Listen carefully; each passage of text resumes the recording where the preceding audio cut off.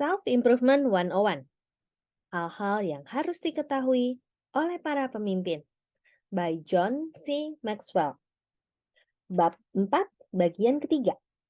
Peran apa yang orang lain mainkan dalam pertumbuhan saya? Pilihlah seorang mentor untuk membantu Anda bertumbuh. Agar bisa bertumbuh, Anda harus memiliki sikap yang benar terhadap orang lain. Namun jika Anda benar-benar ingin memaksimalkan pertumbuhan Anda, ambillah langkah selanjutnya.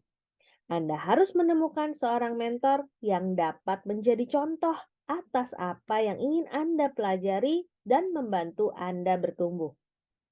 Berhati-hatilah ketika memilih orang yang akan Anda ikuti, karena mereka akan mempengaruhi seluruh hidup Anda. Saya telah mengembangkan 6 pertanyaan yang harus diajukan pada diri saya sendiri sebelum memilih seseorang untuk saya ikuti. Daftar pertanyaan ini akan membantu Anda ketika memilih seorang mentor. Apakah orang ini layak untuk saya ikuti? Pertanyaan ini berhubungan dengan karakter. Jika jawabannya tidak benar-benar iya, saya harus berhati-hati. Saya akan menjadi seperti orang yang saya ikuti dan saya tidak ingin contoh yang cacat karakternya. Apakah kehidupan orang ini ditiru orang lain? Pertanyaan ini memeriksa kredibilitas seseorang. Sangat mungkin untuk menjadi orang pertama yang menemukan apakah seorang pemimpin layak untuk diikuti. Namun, itu tidak sering terjadi. Jika orang ini tidak memiliki pengikut, orang ini mungkin memang tidak layak diikuti. Saya harus mencari contoh lain. Apakah kekuatan utama yang membuat orang lain mengikuti orang ini? Apa yang ditawarkan oleh orang ini pada saya? Apa yang terbaik? Perhatikan juga bahwa para pemimpin yang kuat juga memiliki kelemahan. Saya tidak ingin membandingkan kelemahan mereka tanpa pengetahuan apa-apa. Apakah orang ini juga menghasilkan pemimpin? Jawabannya akan mengatakan pada saya apakah prioritas kepemimpinan orang ini sesuai dengan prioritas saya untuk mengembangkan pemimpin yang baru. Apakah kekuatan orang ini dapat direproduksi dalam hidup saya?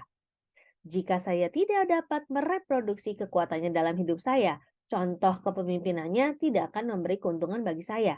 Misalnya, Anda mengagumi kemampuan Shaquille O'Neal sebagai pemain tengah bola basket, namun tinggi Anda hanya 175 cm dan berat Anda 85 kilo. Anda tidak akan mampu mereproduksi kekuatannya. Temukan contoh yang sesuai, namun berjuanglah untuk perbaikan. Jangan terlalu cepat mengatakan bahwa kekuatan tidak bisa direproduksi. Hampir semuanya bisa. Jangan membatasi potensi Anda. Jika demikian, bagaimana cara mengembangkan dan menunjukkannya? Anda harus menyusun rencana tindakan. Jika Anda hanya menjawab pertanyaan dan tidak pernah menerapkan rencana untuk mengembangkan kekuatan dalam diri Anda hanya melatih intelektual Anda. Model yang kita pilih mungkin tidak bisa kita hubungi secara pribadi. Beberapa bahkan mungkin adalah tokoh nasional, seperti presiden, atau mungkin juga mereka adalah orang dari masa lalu. Mereka sudah pasti dapat memberikan keuntungan bagi Anda, namun tidak seperti apa yang dilakukan oleh seorang mentor pribadi. Panduan untuk hubungan mentoring. Ketika Anda memilih seseorang yang secara pribadi dapat membimbing Anda, gunakan panduan berikut ini untuk membantu mengembangkan hubungan mentoring yang positif dengan orang tersebut. Ketahuilah dengan jelas apa yang Anda harapkan. Secara umum, tujuan dari pembimbingan adalah pengembangan, bukan kesempurnaan. Mungkin hanya ada beberapa orang yang dapat benar-benar sempurna, namun setiap kita dapat menjadi lebih baik. Terimalah posisi sebagai seseorang yang kedudukannya lebih rendah dan sedang belajar. Jangan biarkan ego Anda memasuki cara Anda belajar. Berusaha untuk membuat mentor Anda terkesan dengan pengetahuan atau kemampuan Anda akan membangun batasan mental dan membuat Anda tidak bisa menerima apa yang ia berikan. Hargailah mentornya, namun jangan idolakan dia.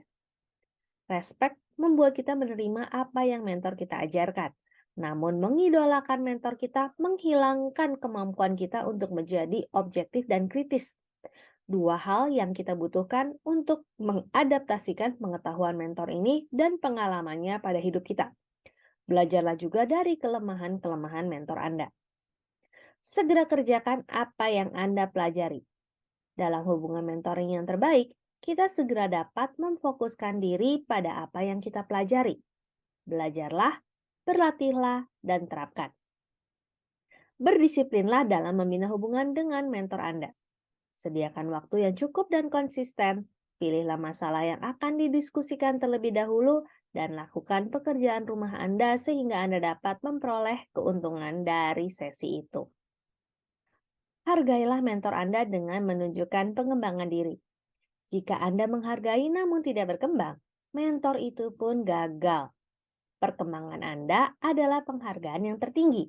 Berjuanglah untuk bertumbuh, lalu komunikasikanlah kemajuan Anda. Jangan takut untuk melakukan pengorbanan. Biarkan mentor Anda mengetahui bahwa Anda telah mengambil keputusan untuk maju dan Anda adalah seorang yang gigih, seorang pemenang yang berketetapan hati. Lalu ia akan mengetahui bahwa ia tidak membuang-buang waktunya. Tidak ada yang dapat menggantikan pertumbuhan pribadi Anda. Jika Anda tidak menerima dan bertumbuh, Anda tidak akan mampu untuk memberi pada orang yang Anda bimbing dan kembangkan. Demikian Self Improvement 101, bab keempat, bagian ketiga. Saya Roswita Anggraini, sampai jumpa di bab selanjutnya. Terima kasih.